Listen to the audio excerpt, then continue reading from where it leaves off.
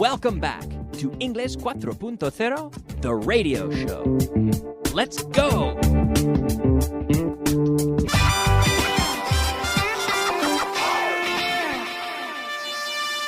Advanced. All right, welcome back. Welcome, advanced students, to Class 22.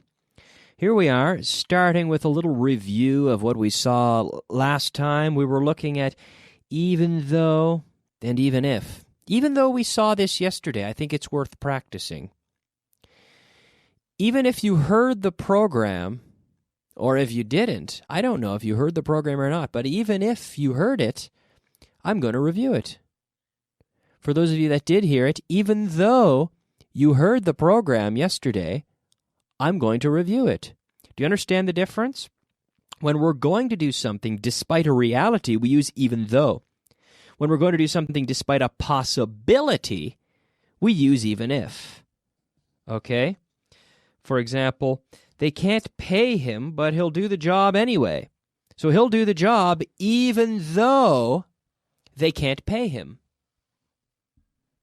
The samples might not be ready, but we'll have to attend the show anyway. They might not be ready. I'm not sure. Maybe they're going to be ready. Maybe they're not going to be ready. I don't know, but they might not be ready, but we'll have to attend the show anyway. So I can say, even if, in this case, even if they're not ready, we're going to attend the show. It's like saying regardless of whether they're ready or not. Even if they're not ready, we're going to attend the show. So the car is low on gas, but we're going to take it. We're going to take the car even though it's low on gas. It's a fact. It's low on gas, but we're going to take it anyway. We're going to take it even though. It's like saying despite the fact that the car is low on gas, we're going to take it. I might be very tired tomorrow, but I'll definitely go to the party.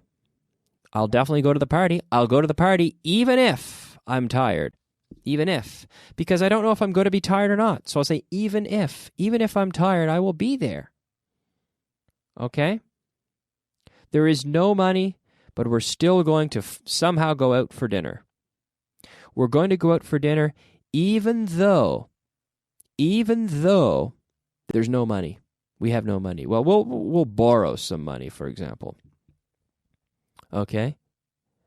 It's not snowing, but you'll go whether it snows or not. So you're not sure. Maybe it's going to snow, maybe not. But even if it snows, we'll go. Even if it snows, I'll go. If it doesn't snow, I'll go. If it snows, I'll go. Even if it snows, I will go. Now, imagine it's definitely snowing. It's snowing right now. There's a heavy snowstorm. I'm going, even though it's snowing. So we have this fact, we have this reality. And even though it's snowing, I'm still going. I'm not going to stop. You can't stop me. Okay? Then we talked about the phrasal verb to make up with someone. Now, of course, makeup is maquillaje. So to put on makeup, you can make up your face. You can put on makeup. Yes. And not something I do every day, although when I film for Aprende Inglés television, they do put makeup on me. And I must admit, it's a bit of a strange experience for me. I think I look orange. I think my face looks a bit orange on TV as a result of the makeup, but it's probably better than if I didn't put it on. I suppose they do it for a reason, right? So, but now to make up is also hacer las paces con alguien, to make up with someone. To make up with someone. So do you always try to make up with your friends if you have an argument? Personally, I try to. It's not easy to make up with your friends. It's not an easy thing to do. But I think it's worth it because friendships are really maybe the most important thing. You know, your family and your friends are so important. So if you can make up with them, then it's worth it, you know? Usually at all costs, it's worth making up. It's worth making up with them. If the friendship is really worth it, then you'll know, and you'll do it. You'll make up with them. You'll make the effort. Hacer el esfuerzo. You'll make the effort necessary to make up with that person, if it's worth it. if it's worth it to you. People make up with each other all the time. It is important to make up with each other, right? Okay. Do you usually make up? Yes, I usually make up. Did they make up? Yeah, they made up. They made up. So yesterday they made up. Made. With that D sound. Remember that with the D, we have our tongue behind our teeth, touching the roof. My tongue touches the roof of my mouth. D. Made. Made up. Yesterday I made up. And we have the D sound that links onto the U. Made up. Made up. Made up. Made up. It's almost like one word. Make up. Made up. Made up. Today I make up. Yesterday I made up. Lately I've made up. With my friends, for example. Okay? So that D sound, make sure that your tongue stays back there, back behind your teeth, and touches the roof of your mouth. Okay? Expression of the day. Oh, yes, it's time for the expression of the day. That's right, the expression of the day, folks. Everyone, it's time for the expression of the day, which is today a shot in the dark. A shot in the dark? What does that mean, a shot in the dark? Yes, A Shot in the Dark, which was also the title of one of the Pink Panther movies with Peter Sellers from the 70s, if you recall that. But anyhow, a shot has been used in a lot of different expressions and is quite common in English as an attempt. We can say, I'll give it a shot. It means I'll try. So if you say, hey, have you ever, would you like to play rugby with us today? And I've never played rugby, but I say, hey, why not? I'll give it a shot. I'll give it a shot, which is another expression. I'll give it a shot. I'll try it. I'm not an expert. Maybe I've never done it before, but randomly, hey, I'll try it. I'll give it a shot. I'll try it. But now, a shot in the dark is, again, a shot, an attempt, but in the dark. Imagine if you're shooting a gun and you're aiming at a target or an enemy, let's say, that's in the dark. Well, it's very difficult to hit the target. So it's sort of a hope. It's basically a hopeful attempt. You're saying, well, it's a shot in the dark. We can say it's a long shot, but well, I'm going to try it. I think I can do it. I really don't know, but I'll make an attempt. I'll try it. I'll take a shot in the dark. So, or we could use trivia. Someone asks, well, what's the capital of Canada? And you say, I don't know. Come on, take a guess. Take a shot in the dark here. And you say, okay, this is a shot in the dark answer. I don't know, Calgary. No, and the answer is wrong because, of course, the capital of Canada is... Drum roll, please. The capital of Canada is Ottawa. Yeah. But, so that was your shot in the dark attempt at guessing the question. So it's an attempt. You're hoping, but you really don't know, and probably the odds aren't very good. So that's our expression of the day, a shot in the dark. Now let's move on to a nice little structure here. Because of, debido a, because of. It's like due to, but we very often say this, because of. So because is followed by a subject and verb. Because I was working, I was able to get the job done. Because of is followed by a noun. Because of the job I have, I meet a lot of interesting people.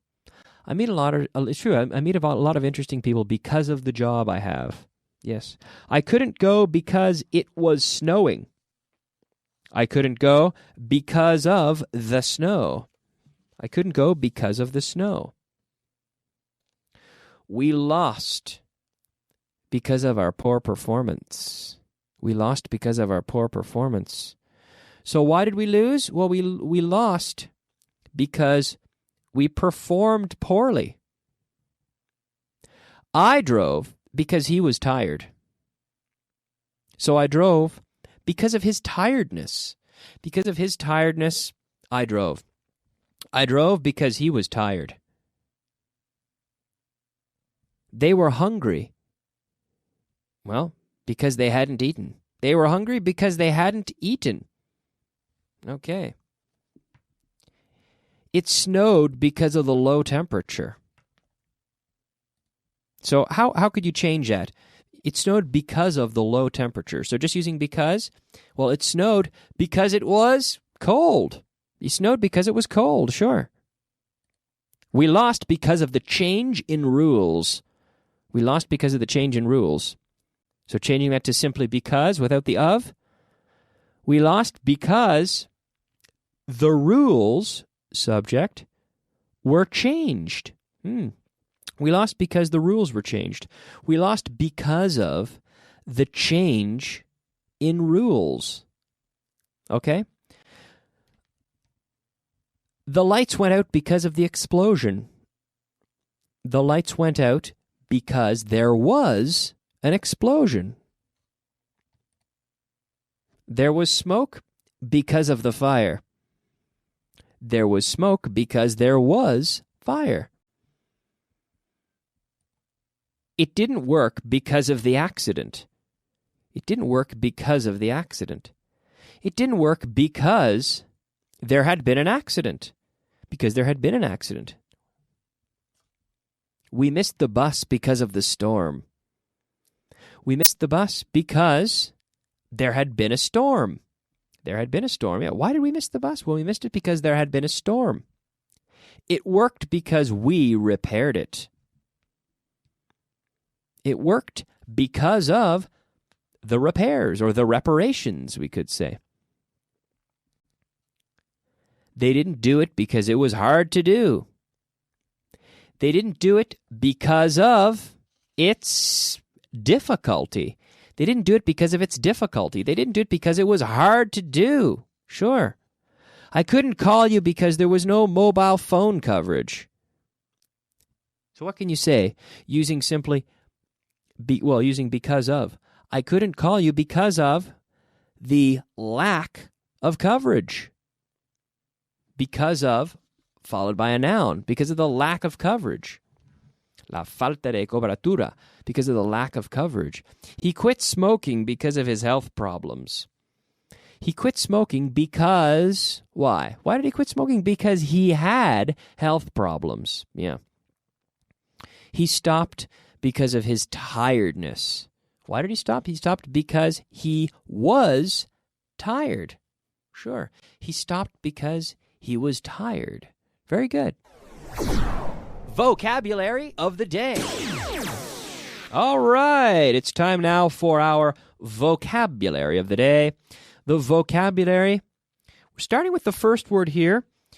Something that I love and I find are quite plentiful in Spain. Almendras. Well, the singular here, almendra. Almond. Almond. I love almonds.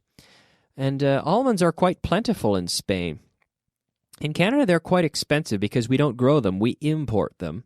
And they're quite expensive. So I love the fact that I can get almonds quite cheaply here in Spain. They're great. Sano y salvo. Safe and sound. Safe and sound. In fact, I was explaining this to a student of mine today. Safe and sound.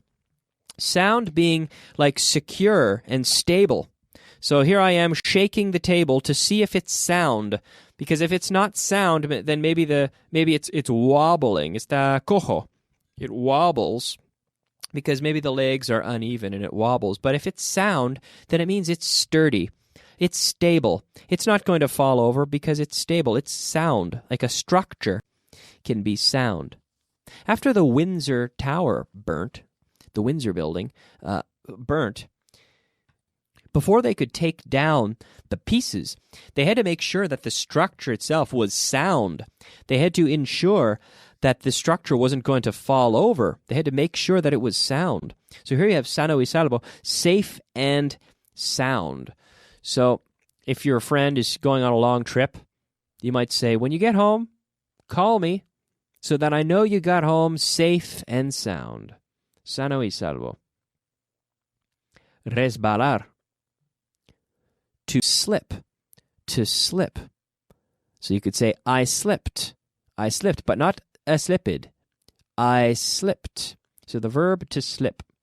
Something you can do on ice. I've done that many times in Canada. I'll tell you, it's a terrible feeling when you slip and fall on the ice. We have terrible ice storms in Canada, and it's very easy to slip and fall.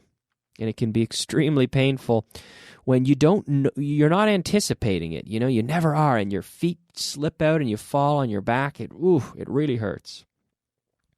Picante. Condimentado.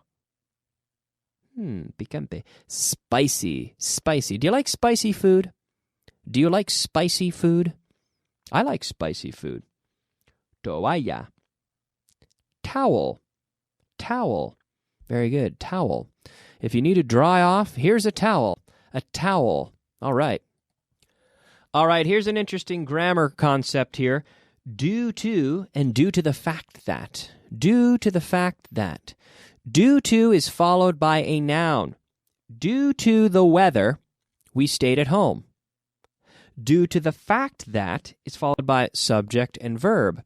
Due to the fact that it was raining, we stayed at home.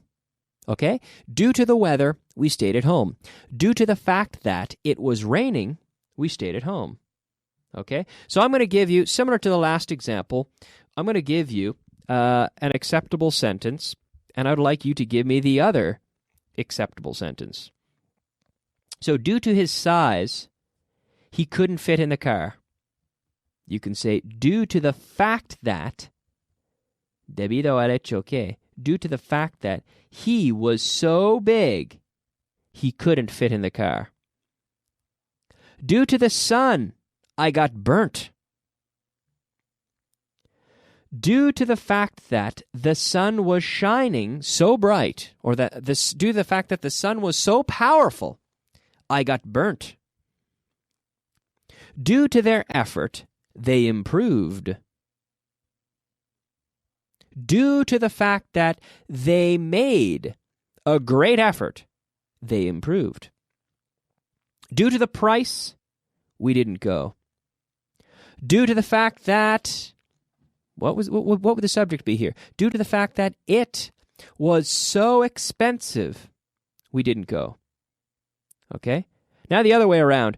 Due to the fact that she was tired, we stayed at home. Due to her tiredness, we stayed at home. Due to the fact that he was present, they interviewed him directly. Due to his presence, they interviewed him directly. Due to the snow, we were able to go skiing. Due to the snow, we were able to go skiing. Due to the fact that there was snow, or due to the fact that it was snowing, we could say. Maybe it was snowing as well. Due to the fact that it was snowing, we were able to go skiing. Or due to the fact that there was snow, we were able to go skiing, right? You need snow if you want to go skiing. And you need time if you want to continue with the radio show, and that's something that we do not have, ladies and gentlemen. We're completely out of time. So I want to thank you so much for joining me today, and I hope you will tune in again tomorrow. So I'm going to leave you now. Remember, if you have any questions or comments, write in through the website, vaoganingles.com. Be sure to connect with us. That's what we're here for. Until next time, keep reading, keep studying, keep watching the shows on television, and keep listening. Okay, I'll see you soon. Bye-bye.